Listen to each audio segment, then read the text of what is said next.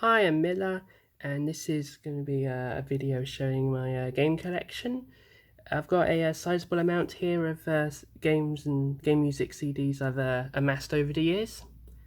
I've got a few noticeable gaps that I'd like to fill eventually, but that's going to take some time, so I'm going to have to enjoy what I've got for the time being, because I love listening to game soundtracks and love having it physically, and love like getting complete sets and like limited editions and imports and stuff, which is really fun and cool.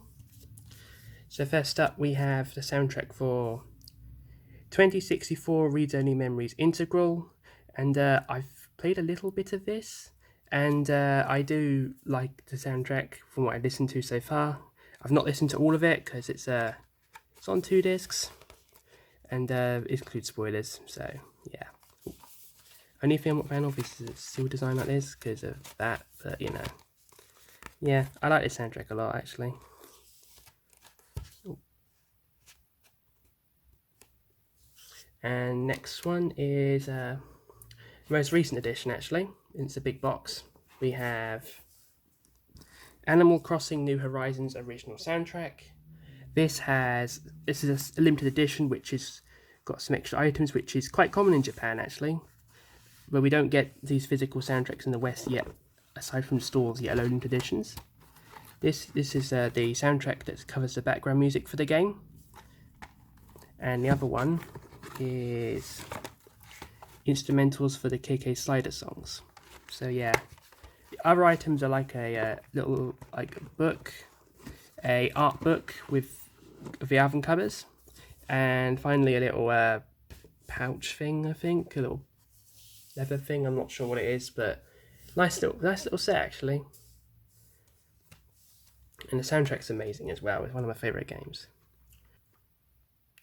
Next up is another Animal Crossing soundtrack, and this is Animal Crossing Your Favourite Songs, which features KK Slider instrumentals from Animal Crossing Let's Go to the City or City Folk on the Wii, which I've not played, so I've not really listened to this one, but it's a nice little thing to have. The Nintendo UK store was clearing them out years ago for like £2, and that's when I got it. So yeah, Nintendo wants sold Club Nintendo stuff. So long ago that is.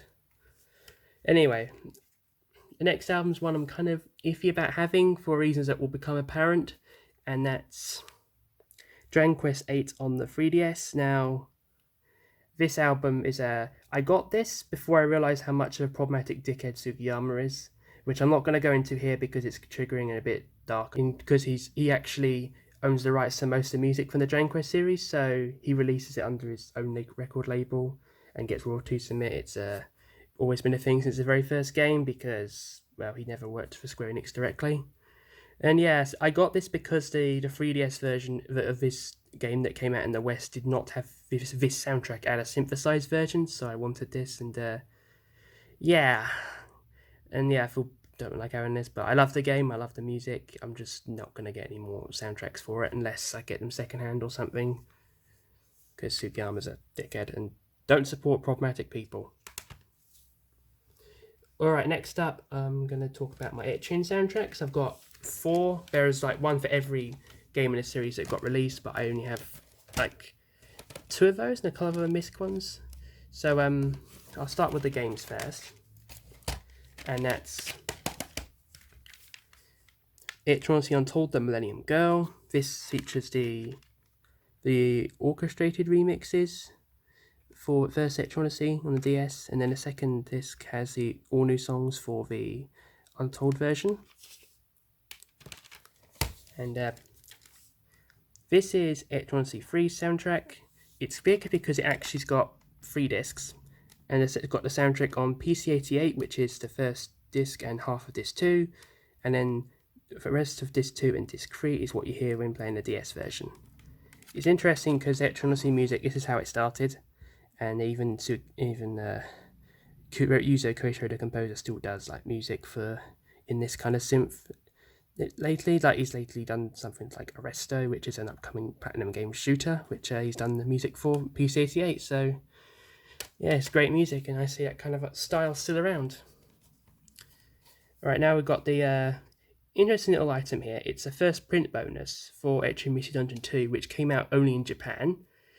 which I got because I actually studied in Japan and saw it like elastic band with that and the game inside, and so I got it. And that's the Seikaiju no Maikyu 10th Anniversary Memorial CD User's Best Album. Now in here it's got 2 discs, and the fans were voted in a poll about what to include on these discs, with songs from all the 5 mainline Etrian games. And so that's what's in here, including like things from the FM Simps, obviously, to things like even the opening song for Etrian Odyssey 2 Untold, and only a couple of songs from Etrian 5. It's a nice little trinket to have if you're an Etrian Odyssey fan like me. And also with a lot of these Japanese soundtracks, sometimes they do like super arranged versions, which are like arranged set soundtracks, and I have one for Etrian Odyssey, and it's one of my favourite arranges ever. And it's Etrian Odyssey 1 and 2, piano and strings. It's like a lot of Stratum themes and battle themes from the first Etrian and second Etrian on the DS.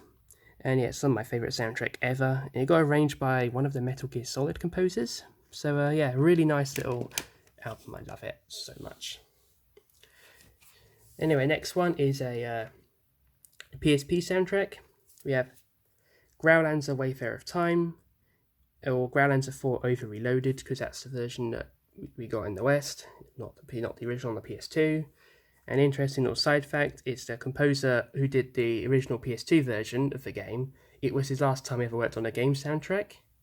And so most of the songs in this re-release, aside from the opening and ending themes, are the exact same. So it's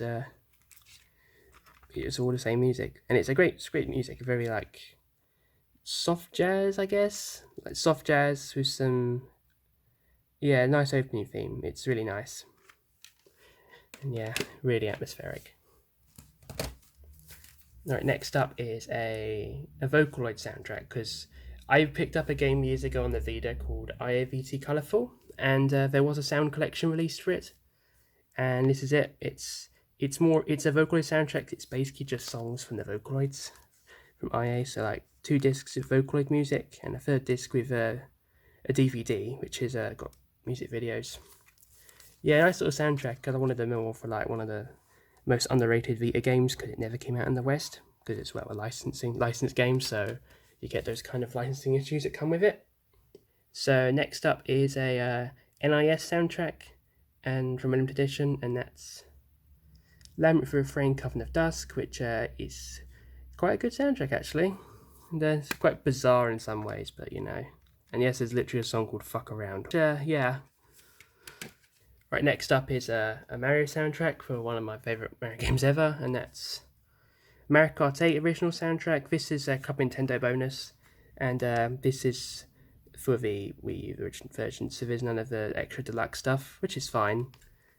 It's a fantastic soundtrack with really good fond memories of that game, and the music's just amazing. It's worth having on CD. Next up are my Persona soundtracks. We have Persona 4, which is the original PS2 soundtrack when it came out there. We've also got Persona 4 Golden, original soundtrack, which has got the extra music that was made for the Golden re-release on the Vita. You also have Persona 4 Dancing All Night original soundtrack that comes from the European edition when I had that, because it was a massive box with mostly styrofoam in it, so yeah, I didn't want to keep that around, but I kept the soundtrack because it's great.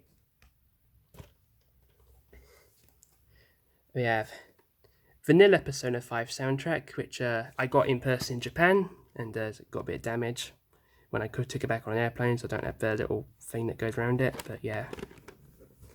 Great little soundtrack actually. Really, that's more like proper smooth jazz, which is lovely. Rune Factory 4 Special original soundtrack. This is exactly what was in the Japan limited edition as well, which yeah, this is a great soundtrack as well actually. I really enjoyed this one.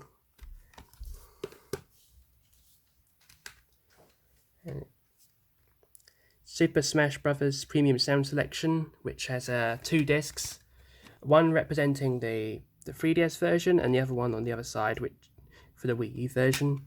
There's sounds from each game, which yeah, Nintendo couldn't actually release this as a paid product, so they were able to release some for free, which is what they did.